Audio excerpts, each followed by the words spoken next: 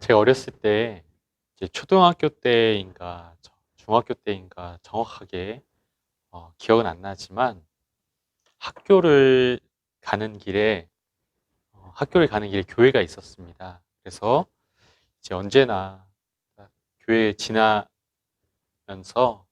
이제 그 십자가 보고 하나님 저 학교 다녀올게요. 이렇게 인사를 했던 기억이 납니다. 며칠 전에 제이가 이제 제 방에 들어와서 큰 괴물이 무섭다고 막 이야기를 하는 거예요. 그래서 제가 제이한테 제이야, 예수님이 너와 함께 있잖아 라고 했습니다. 그러니까 제이가 예수님이 어디 있어? 이렇게 하는 거예요. 예수님 네 마음속에 있지 했습니다. 여러분, 우리 하나님이 예수님이 어디 계신가요? 교회 십자가 위에, 그리고 또 우리 마음속에. 다 맞습니다. 교회에도 계시고 우리 마음속에도 계시죠.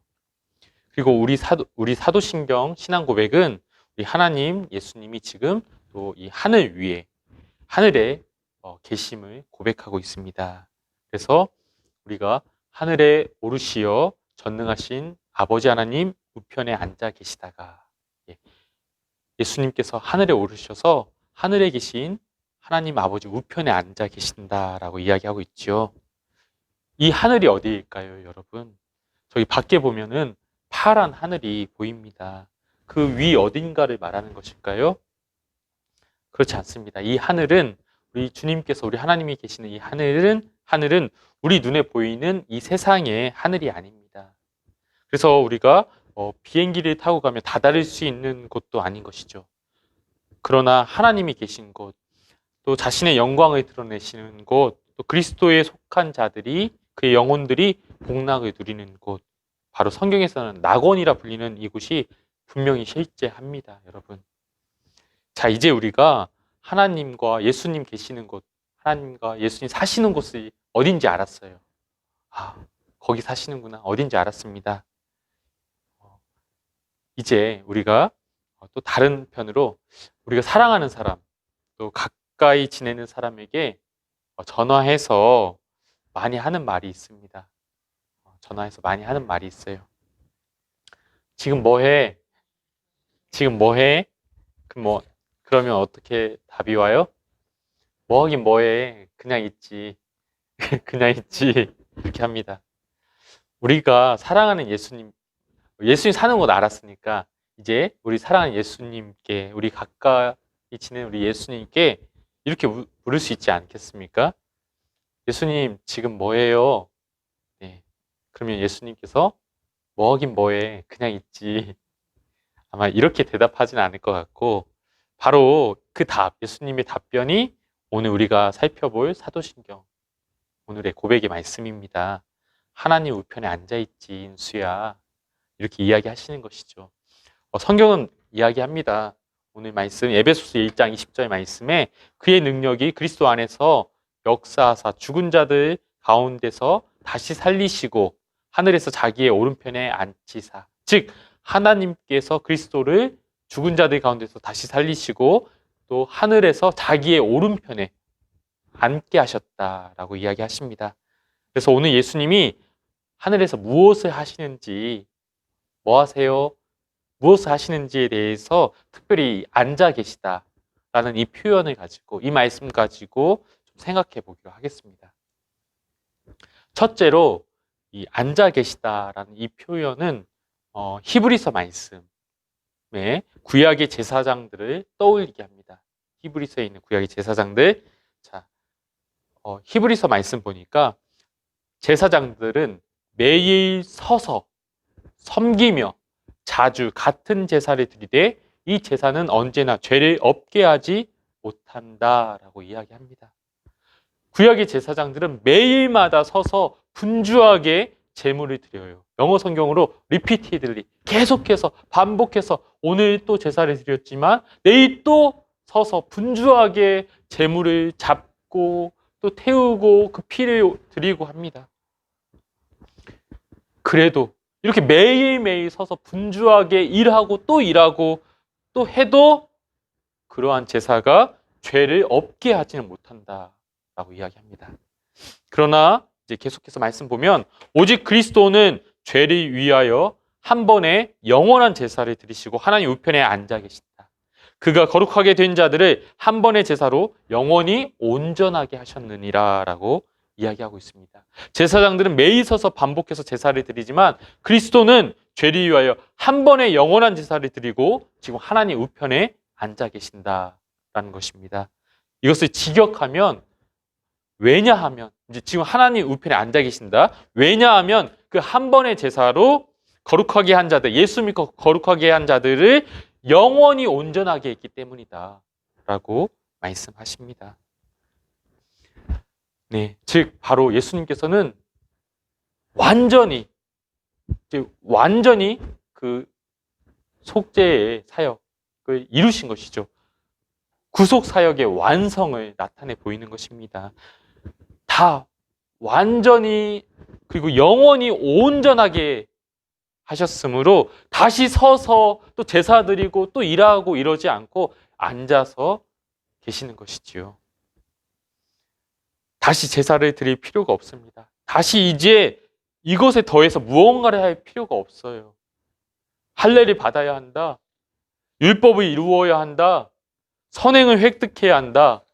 다른 계시를 받고 이에 순종해야 한다. 모두 거짓이고 헛소리입니다. 한 번의 제사로 영원히 온전하게 하셨습니다. 그래서 영어 성경에서도 He has perfected for all time. 완전히 그냥 완전하게 하신 거예요. For all time. 영원토록. 그 한 번의 제사로. 이것은 제가 지금까지 사도신경 말씀과 일맥상통합니다. 그래서 우리를 한 번의 제사로 영원히 온전하게 하셨다는 말씀, 이것이 지금까지 우리가 지난주에 거쳐서 했던 말씀과 일맥상통하지요. 우리가 예수 그리스도를 믿음으로 죄에 대하여는 죽고 그 부활에 참여하여서 그 부활 생명을 가진다 했습니다. 예수님이 부활하여 가지신 생명이 어떤 생명입니까, 여러분? 예수님 부활하여 가지신 생명, 이 생명은 다시 죽지 않는 생명이죠. 그래서 지금 하늘 위에 오르셔서 영원히 하나님과 함께 계시고 하나님 앞에 서시잖아요. 영원한 생명이시죠. 하나님 앞에 영원히 서시기에 또 하나님 앞에 완전히 의롭게 된 의로운 또 생명입니다. 바로 그 생명을 우리가 고스란히 받는 거예요. 예수 믿음으로. 예수의 생명. 그 신의 생명, 신적인 생명, 영원한 생명이요. 또 영원히 하나님 앞에서는 온전한 의에 의롭게 된 그 생명을 받는 것이지요. 그래서 한 번의 제사로 영원히 온전케 했다. 그래서 우리가 영원히 의롭다함을 받아서 영원히 하나님 앞에 서게 된다. 이 다 일맥상통하게 되는 것입니다. 오직 예수 그리스도를 믿음으로 예수 그리스도를 통해서 이 생명을 받습니다. 만약 예수 그리스도 외에 다른 그 무엇이 필요하다면 이 말은 예수 그리스도의 그 제사, 십자가가 헛된 것이다 라는 것이 헛된 것으로 만드는 것이에요. 예수 그리스도 십자가로는 불충분해. 다른 무엇이 필요해? 율법을 지켜야 해. 다른 새로운 계시가 필요해. 이 말은 예수 그리스도의 십자가가 헛된 것이다 라고 이야기하는 것입니다. 자기 육체를 의지하는 것, 성경은 분명히 이야기합니다. 사람이 자기 행위로 의롭다함을 얻을 육체가 없다 라고 갈라디아서에서 말씀하고 계십니다. 자, 우리 예수님 지금 하늘 위에서 앉아 계신다 했습니다. 이 말은 바로 그의 사역, 그의 속죄의 사역의 완성이라 이야기했죠. 오직 예수 그리스도만이 우리의 구원, 우리의 의, 우리의 생명임을 여러분 믿으시기 바랍니다. 사람들이 참 살려고 안간 힘을 써요. 안간 힘을 씁니다. 돈을 버는데도 안간 힘을 써요. 자기 생명을 해하기까지 돈을 벌려고 하고 다 살려고 하잖아요. 또 소비도 하고 막 물건도 사고 쇼핑도 하고 배우기도 하고 투자도 하고 또 자녀도 기르고 다 살려고 하는 것이죠. 잘 살려고 그렇게 안간 힘을 씁니다. 그런데 정작 우리를 참 살게 하시는, 참 생명을 주시는, 영원한 생명을 주시는, 정말 살게 하시는 그 예수님을 몰라요. 예수님을 멀리합니다. 여러분, 물고기가 물속에 들어가야 살잖아요. 자유롭게 살잖아요. 풍성하게 살잖아요. 물고기가 물 밖에서 안간힘을 쓴들 그게 살겠습니까? 물고기가 물 밖에서 막 수천만 원짜리 산소 호흡기 끼고 유기농 정말 비싼 사료 먹고 막 그 히말리아에서 가져온 그 눈, 얼음 분수로 막 뿌려주고 물 밖에서 그렇게 안간힘을 쓴들 살겠습니까? 아니잖아요. 우리가 날마다 예수님이 주신 생명 예수 안에서 오직 예수 안에서 맛보기 원합니다. 자, 두 번째로 예수님 앉아 계시다 했잖아요. 이 앉아 계시다라는 의미를 통해서 예수 또 무엇을 하고 계실까 생각해 볼 수 있는데 여러분 저는 교회에서 주로 앉아 있을까요? 서 있을까요? 맞습니다. 저는 주로 앉아 있습니다. 제가 여기 예배당 옆에 그 식당 방에서 앉아 있을 때는 주로 거기 책상에서 책을 보고 또 설교 준비하고 성경 읽고 또 가끔씩 또 설교 영상을 듣기도 하고 하죠. 또 여기 예배당에 앉아 있을 때는 또 무엇을 할까요? 네, 기도하죠. 네, 기도합니다. 그래서 여기서 음악을 틀고 잔잔한 또 연주 음악을 틀고 또 기도합니다. 이것이 저의 일이죠. 하나님께서 저에게 맡겨주신 양떼가 이렇게 세어보니까 12명이에요. 저를 포함하면 13명이더라고요. 적은 숫자인가요, 여러분? 아닙니다. 절대 그렇지 않아요. 오히려 저에게 정말 과분하다라는 생각이 듭니다. 그 13명을 위해서 정말 기도하고 또 이들에게 영적인 양식을 먹이려고 준비하는 것, 이것이 저의 일이죠. 주로 제가 앉아서 그 일들을 감당합니다. 앉아있다라는 것은 일한다는 거예요. 하나님이 하늘 보좌에 앉아 계십니다. 시편은 이렇게 이야기하고 있어요. 여호와께서 그의 보좌를 하늘에 세우시고 그곳에서 그의 왕권으로 만유를 다스리신다.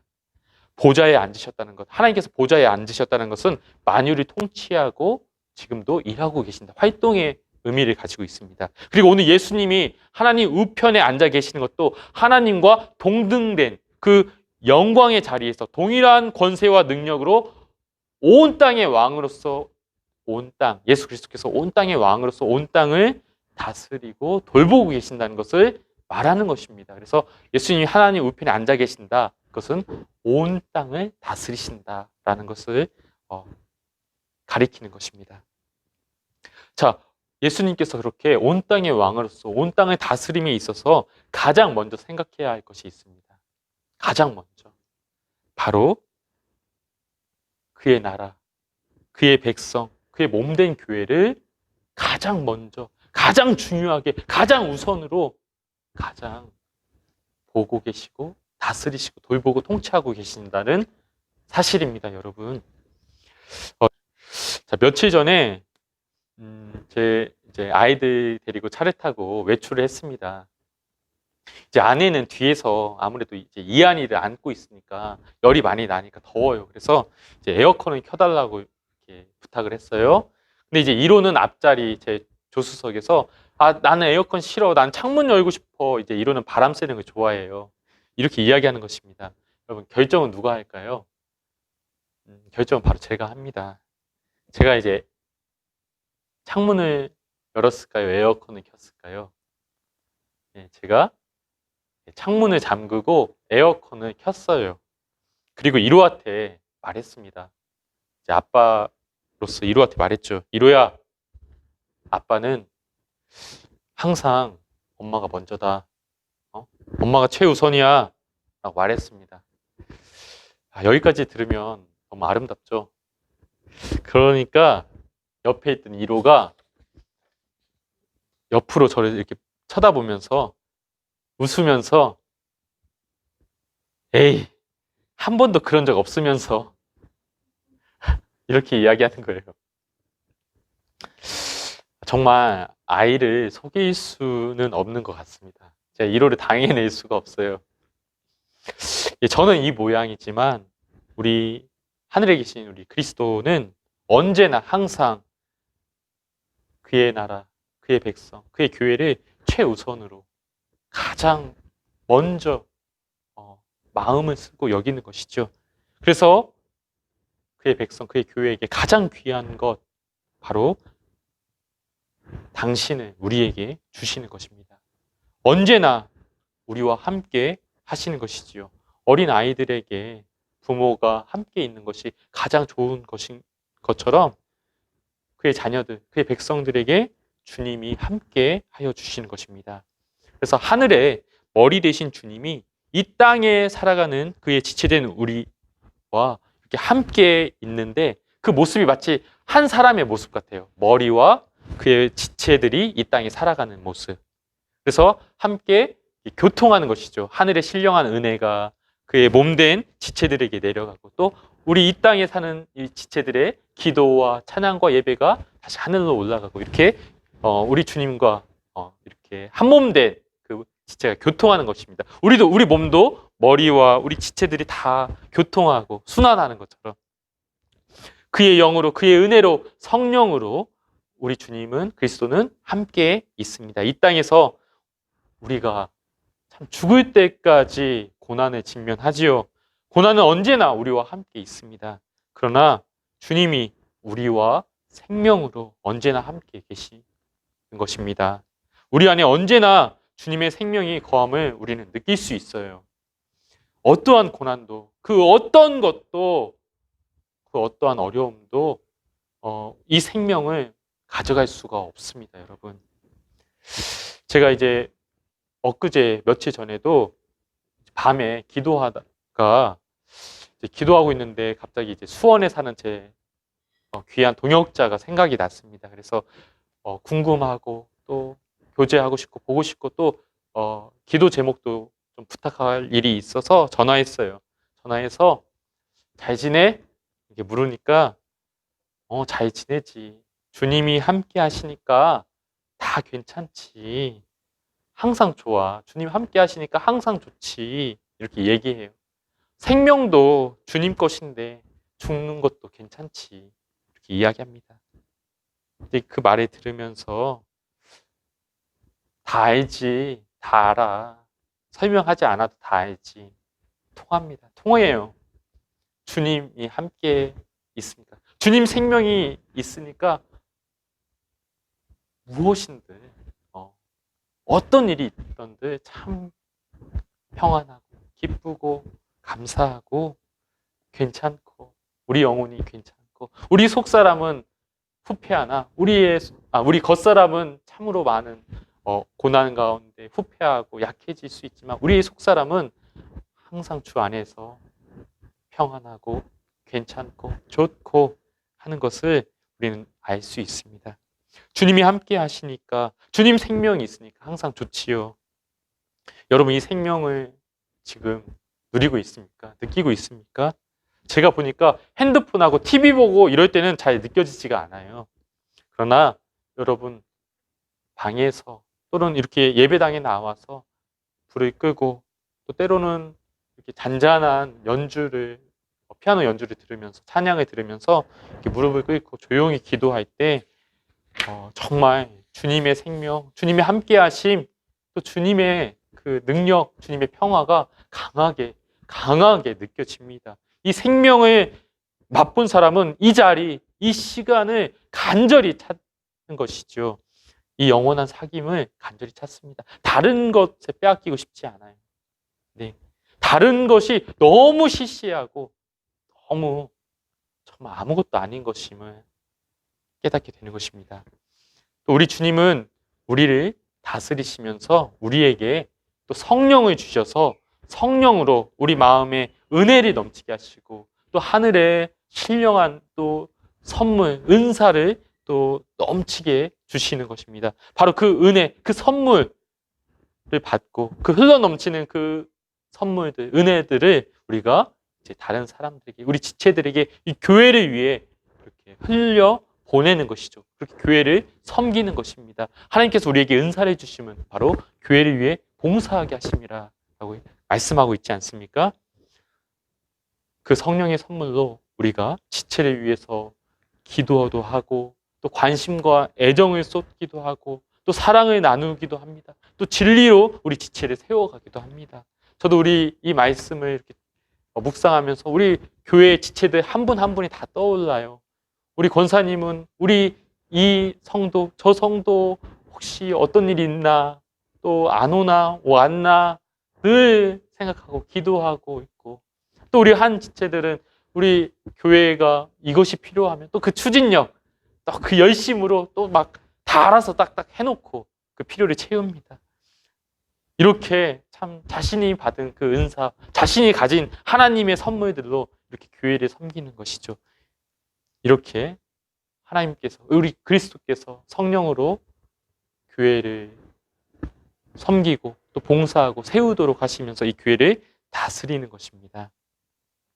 자, 이제 두 번째로 보좌에 앉으신 우리 주님이 온 땅을 다스린데, 첫 번째로는 가장 먼저는 그의 교회를 다스리시고, 그리고 이제 두 번째로는 이 세상 온 땅을 다스린다라는 것을 우리가 생각할 수 있습니다. 이 세상 만물, 온 땅을, 온 만유를 통치하고 계신다. 그런데 하늘과 땅의 모든 권세를 가지신 이 주님이 만물을 통치하는 데 있어서 중요한 원리가 한 가지 있어요. 중요한 원리. 그것은 바로 하나님 나라, 그의 몸된 교회를 위해서 그 교회를 염두하면서 이 세상을 다스린다는 것입니다. 즉, 이 세상을 다스리는 목적, 이 세상을 다스리는 그 뭐랄까요? 마음, 우선된 마음은 그의 교회를 세워가는 것에 있는 것이죠. 하나님 나라, 그의 몸된 교회를 위해 이 세상을 다스리고 있는 것이에요. 만물의 통치가 곧 교회의 통치를 위함입니다. 그래서 마틴 로이드 존슨 목사님이 이렇게 이야기했어요. 주님은 자기 백성을 위해, 그들의 보호와 궁극적인 구원을 위해 만물을 다스리신다. 그리고 이것이 로마서 8장 28절의 말씀입니다. 우리가 알거니와 하나님을 사랑하는 자, 곧 그의 뜻대로 부르심을 입은 자들에게는 모든 것이 합력하여 선을 이루느니라. 지금 우리 성도가 당하는 당장의 이 현실이 너무 어렵고 고난이 있고 정말 앞이 보이지 않는 캄캄함이 다가왔을지라도 이 모든 일이, 우리 주님께서는 이 모든 일을 가지고 우리 성도들을 위하도록 쓰신다는 것입니다. 이 모든 것이 합력하여 선을 이루고 성도의 구원을 이루고 성도의 유익을 위하도록 하나님께서 이 세상을 이끌어 가신다는 것이죠. 우리가 지금 당장은 그것이 보이지 않지만 믿음의 눈으로 우리 주님의 선하심과 그 신실하심, 그 위대하심을 바라보면서 이 세상 만물을 통치하시는, 성도를 위하도록 통치하시는 우리 주님의 위대하심을 우리가 신뢰하면서 우리가 믿음으로 우리 주님 바라보기 원합니다. 그리고 믿음으로 지금 오늘의 이 고난, 오늘의 이 어두운 터널을 우리가 낙심하지 말고 걸어가기 원합니다. 하나님께서 모든 것이 성도에게 유익이 되도록 하신다. 정말 굉장히 깊은 말이지만 오늘은 여기까지 짧게만 다루도록 하겠습니다. 교회를 위해서 이 세상의 다스리심에 대한 좋은 예를 생각해 보았습니다. 저는 성경에서 두 가지를 생각할 수 있었습니다. 교회를 위해 이 세상을 다스리신다. 사실 아주 다 명확하게 시원하게 이해한 것은 아니지만 그래도 이전에도 여러 차례 이 부분을 생각한 적이 있었습니다. 그리고 오늘 다시 또 이 부분이 나왔기 때문에 이 세상의 다스리심이 바로 그의 나라, 그의 교회를 위한 다스리심이다에 있어서 어떤 좋은 예가 있을까 성경에 이렇게 생각해 봤는데 제가 떠올랐던 건 두 가지예요. 하나는 노아의 홍수, 무지개 언약이고 다른 하나는 가라지 비유, 예수님께서 말씀하신 가라지 비유입니다. 무지개 언약을 통해서 예수님께서 노아와 맺었던 무지개 언약을 통해서 우리 하나님은 노아에게 이 세상의 보존을 약속하셨어요. 다시는 내가 이 땅을 심판하지 않겠다. 그래서 하나님은 이 땅에 다시 계절이 다시 오고 또 해가 다시 또 뜨고 다시 이렇게 하면서 이 세상을, 이 땅을 영원토록 보존하시겠다라고 약속하셨죠. 그리고 그 토대 위에, 그 발판 위에 바로 하나님의 백성들을 세워가시는 것입니다. 은혜의 나라, 그의 교회를 세워가시는 것이죠. 이를 위해 하나님은 오늘도 이 세상을 유지하고 돌보고 계시는 것입니다.